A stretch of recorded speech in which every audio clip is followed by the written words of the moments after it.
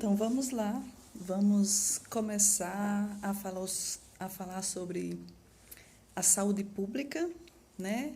Então, antes de começarmos a falar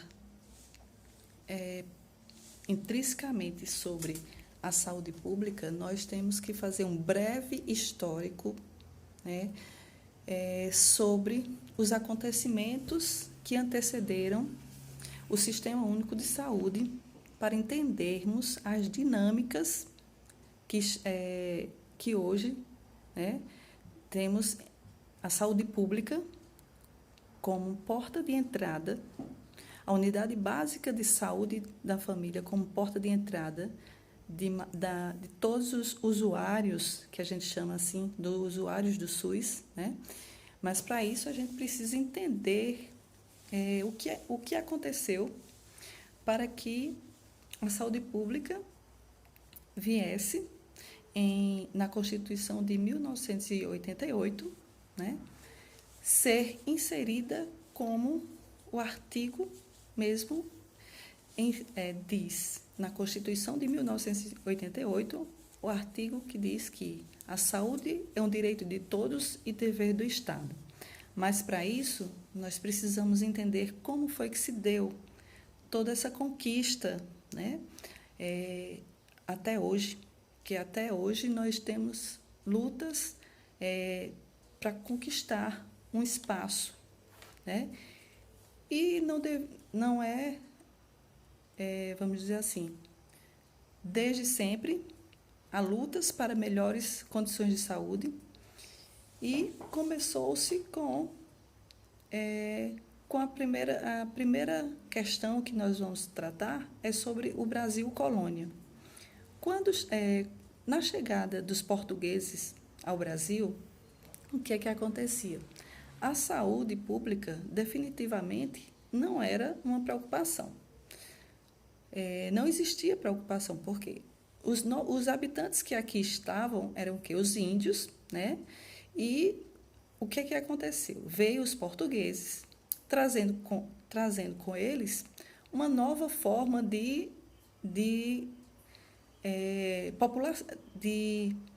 criação de uma nova cultura.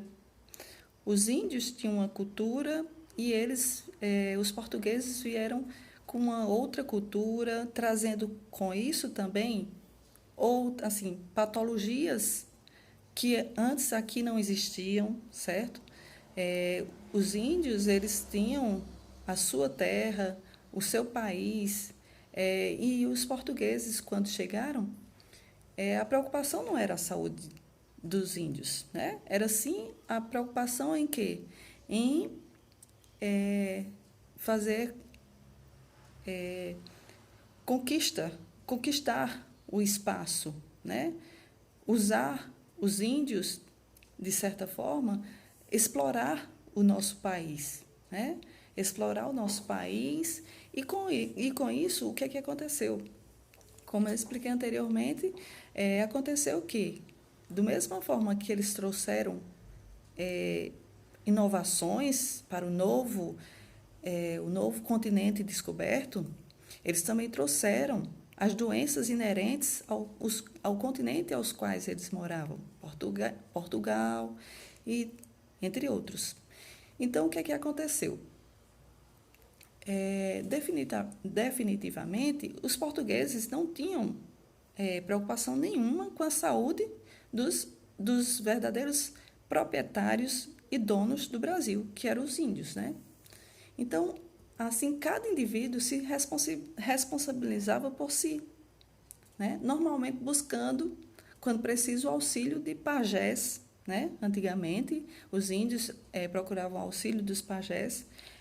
Como eu falei anteriormente, os índios tinham suas doenças já inerentes da sua cultura. Então, eles não eram acometidos com doenças que eram trazidas do meio externo. Só que quando os portugueses chegaram, trouxeram consigo também as patologias, né? E como eles não tinham anticorpos, viviam uma cultura diferente, o que é que acontece? Muitos desses indígenas começaram a morrer também falta da questão da imunidade, e a mudança cultural que houve, que muitos foram, assim, de certa forma, abrupta, foram tidos como escravos, né? Foram escravizados, foram enganados, de certa forma. E aí, o que é que acontece? Procuravam os pajés, né? Para serem curados, né? Curandeiros. Antigamente existiam os curandeiros, ou os boticários que viajavam o país afora, né? E a medicina se dava, portanto, de modo informal. Não existia um médico, não existia hospitais especializados para tratar as pessoas, né? Não existia nada disso. Então, se baseava em conhecimentos empíricos. O que são conhecimentos empíricos?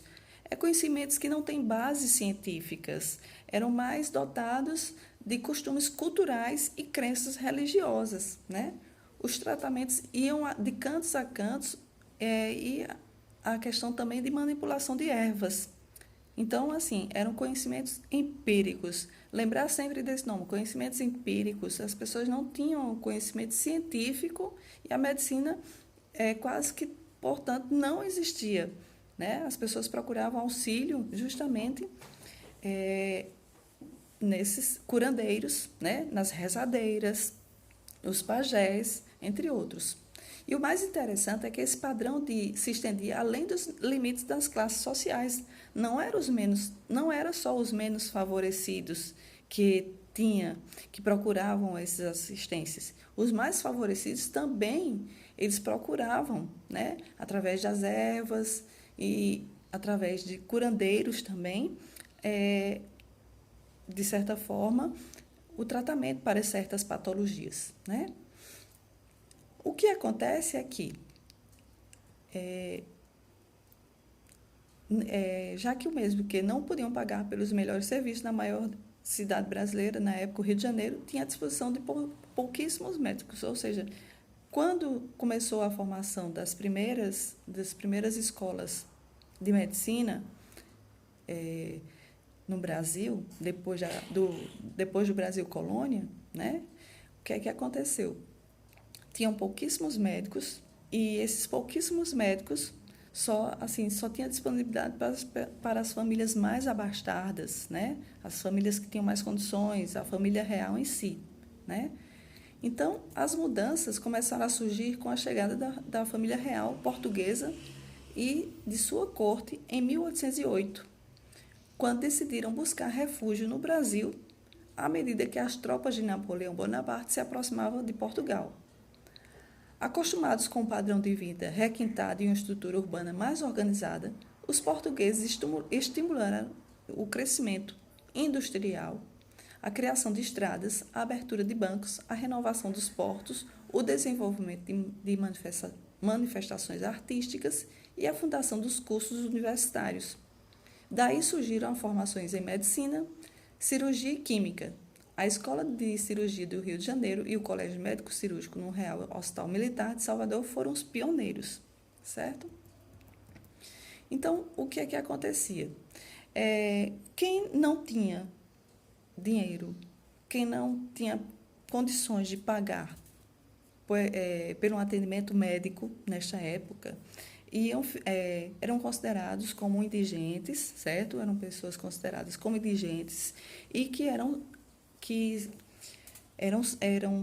resgatados pelas Santas Casas de Misericórdia, entendeu? Onde enfermeiras, onde as freiras tratavam os doentes através como eu já falei anteriormente, através da fitoterapia, certo? Que é através de tratamento de ervas medicinais, canjas, certo?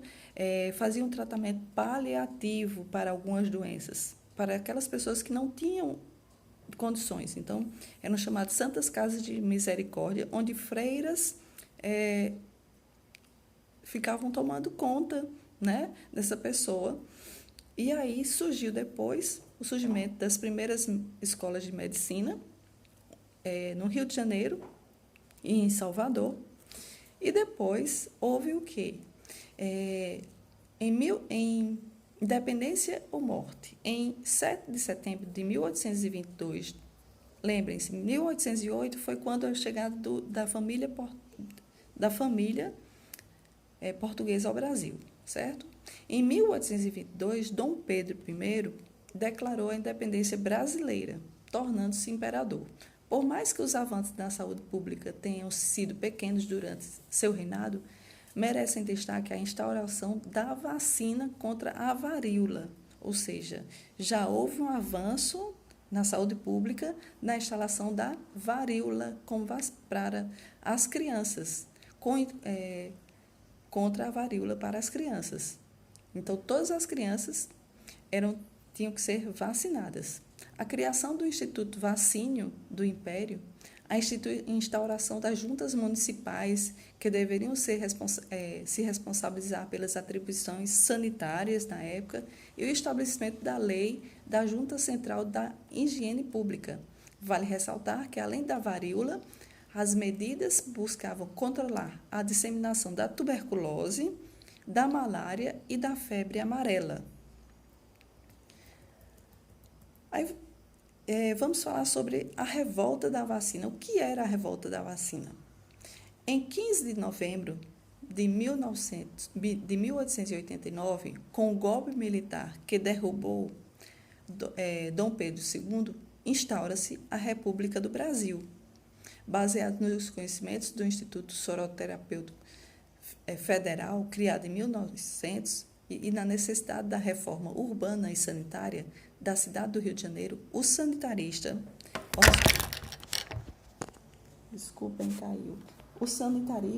Oswaldo Cruz iniciou uma fase intensa de mudanças na saúde pública brasileira. O que aconteceu? Muitas pessoas, elas não queriam ser vacinadas, elas não acreditavam, eu tinha medo da vacina. Então, essa vacina, ela gerou uma revolta, por isso o nome, revolta da vacina, porque muitas pessoas não queriam ser vacinadas, não aceitavam ser vacinadas, então eram vacinadas à força. À força por quê? Porque era por medidas de os policiais, né?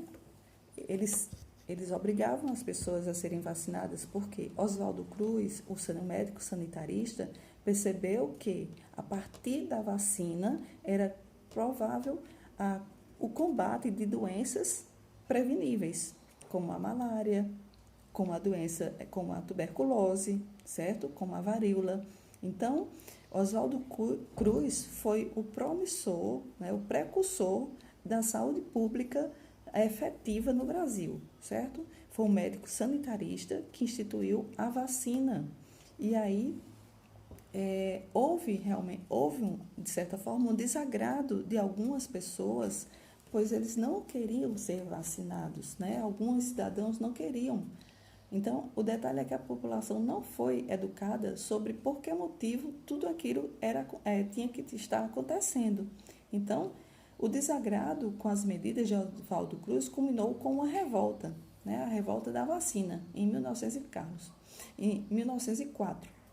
Carlos Chagas, o sucessor de Oswaldo Cruz, conseguiu equilibrar melhor as ações, progredindo sem oposição popular, ou seja, Carlos Chagas conseguiu, de certa forma, uma empatia com a população, enfatizando a necessidade que a população tinha de que precisavam ser vacinados para que a maioria das doenças, como já foi citado antes, malária, varíola, a tuberculose, pudessem ser amenizadas, certo? Antigamente, também não existia a questão dos trabalhadores. Os trabalhadores, antes, eles não tinham carteira assinada, né? Então, quem trabalhava em fábricas, antigamente, o que é que acontecia? Era como se tivesse um ponto de reserva. Eles recebiam um salário e esse salário era descontado um valor X para que, se caso a pessoa viesse a adoecer, eles poderiam, com esse dinheiro, haver um tratamento melhor. Quem não trabalhava em fábricas, por exemplo, e não tinha acesso a esses trabalhos, eles eram, como eu já falei anteriormente, tidos como indigentes, não tinham direito à saúde. Então, eles eram cuidados pelas santas casas de misericórdia, né? Então, o que é que acontece? Houve a aposentadoria e a pensão. Apesar de todos os avanços, o sistema de saúde continuava informal, como eu disse anteriormente, não tinha a carteira assinada. Então, apesar de todos os avanços, o sistema de saúde continuava informal e baseado em consultas particulares. Só quem tinha condições de pagar uma consulta é quem tinha direito à saúde. Sem um sistema que previsse assistência em casos de acidente, remuneração nas férias ou qualquer legislação trabalhista.